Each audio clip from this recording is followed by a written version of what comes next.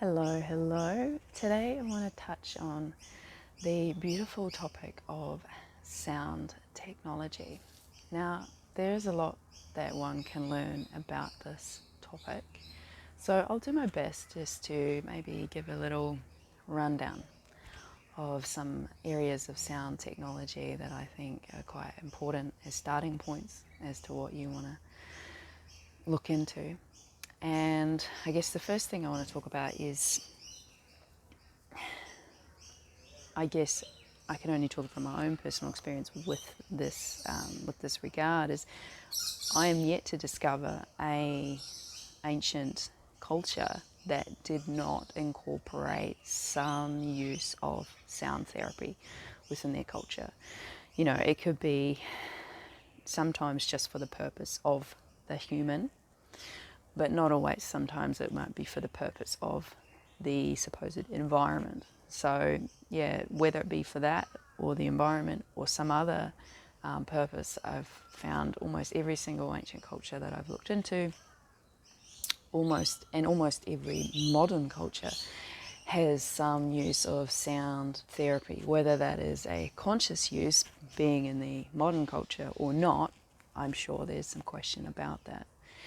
So, and it's also interesting to note that most religions also use sound therapy as well in some shape or form. It may not be allowed in all their practices.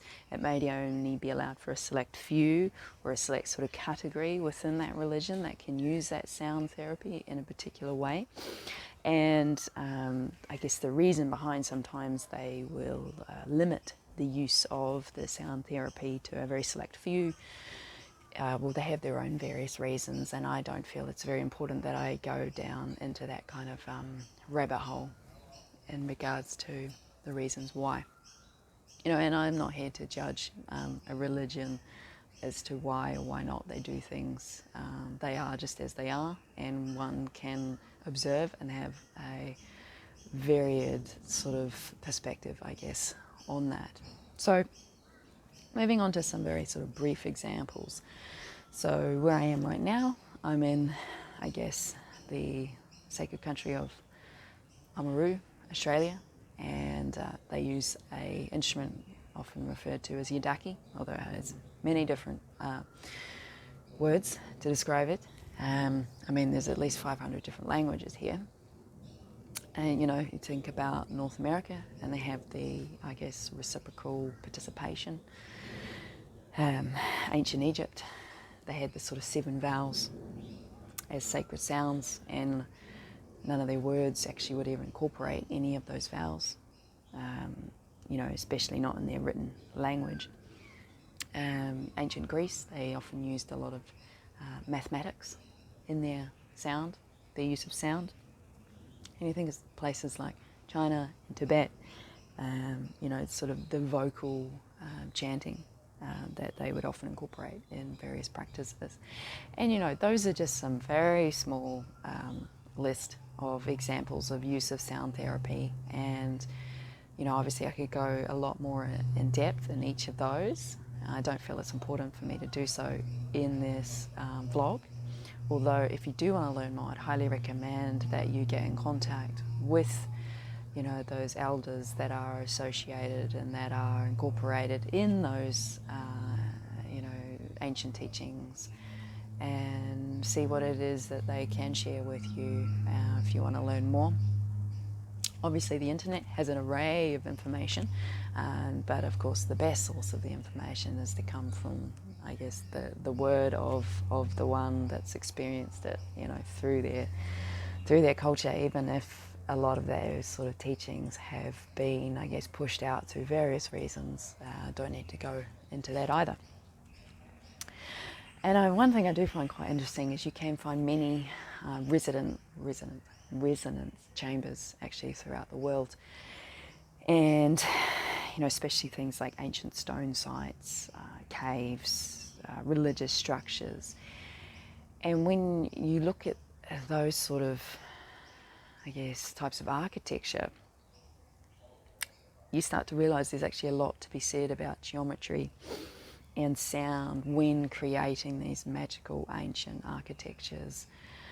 I'm sure you're aware that a lot of our sort of modern architecture is not very inclusive of these beautiful sort of geometric sort of patterns and uses of sacred numbers, which is a little sad, I'm going to be honest, but it's, it doesn't take much to find something, online talking about this, or maybe you get the beautiful opportunity to actually experience some of these places firsthand. There's many of them throughout the world, and not all of them are known, and there's a reason a lot of them are hidden, and I don't need to go into the reasons as to why that is. A lot of this knowledge is quite sacred, and sometimes when things are uncovered, they're then destroyed, or something is done to them in which it sort of, I guess, loses some of its power. So yeah, let's not go further into that rabbit hole. Now, also just want to touch on quickly about if you've heard of the term free energy, and you may uncover as you do more research into that sound actually plays a very important role within the use of free energy. And it will be interesting to see where we go with this technology. It's not anything new. There has been many times within human civilization, and depending on where you're geographically located, there's actually probably been a number of times in which free energy may have been used at certain moments within a civilization. And I guess sometimes we're kind of taught that this sort of human civilization sort of sits on more of a linear pathway, and there's a graph in which, evolution only ever sort of just goes up and up and up. As you uncover more, there's actually been many, I guess people could say, falls and rises of human civilization all around the world. And so, yeah, free energy obviously is something that I'm very interested in, because it can be a lot more, I guess, environmentally friendly, especially for those of you out there that really care about the environment and are worried about certain ways in which we are trying to cultivate energy for certain technologies that we have. And also realizing that sometimes the way in which we collect or try to cultivate the energy is not always very conducive to the natural sort of syntropic environment that we find is often potentially better for, obviously, not just ourselves, but everyone else that we share this place with.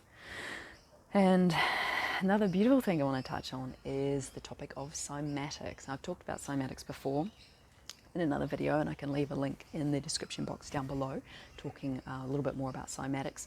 And just to quickly let you know what that is, it's basically turning sound into, I guess, like a picture, is the most simple way to put it.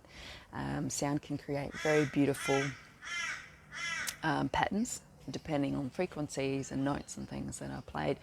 And you can find people online who obviously can digitize and create technology that creates that, makes it more visible. Obviously, certain ancient civilizations will talk about how they were able to see sound through other various practices, and one may be able to, I guess, establish that sort of skill themselves through their own various practices, which I don't need to go into here. And then also another one that I guess might get put into a little bit of the sort of sci-fi box, especially with this modern sort of civilization, Western civilization, should I say, that we live in, and that is levitation. And ancient levitation technology is actually more what I'd like to touch on. And again, when you go further into that, you may start to realize how important sound was with those technologies. Whether you believe or not those to be true, that's absolutely up to you. I'm not here to convince you otherwise. Either way, should I say. But a lot of these sort of hypotheses, I guess, or some explanations point to the potential use of sound in a very particular sort of vibrations. And if you are not already aware, everything in our existence is made up of a vibration. Everything has a sound. We just can't hear everything. It would probably make it quite hard for the human to function. at this current point in time, if we were able to hear the vibration of everything all the time.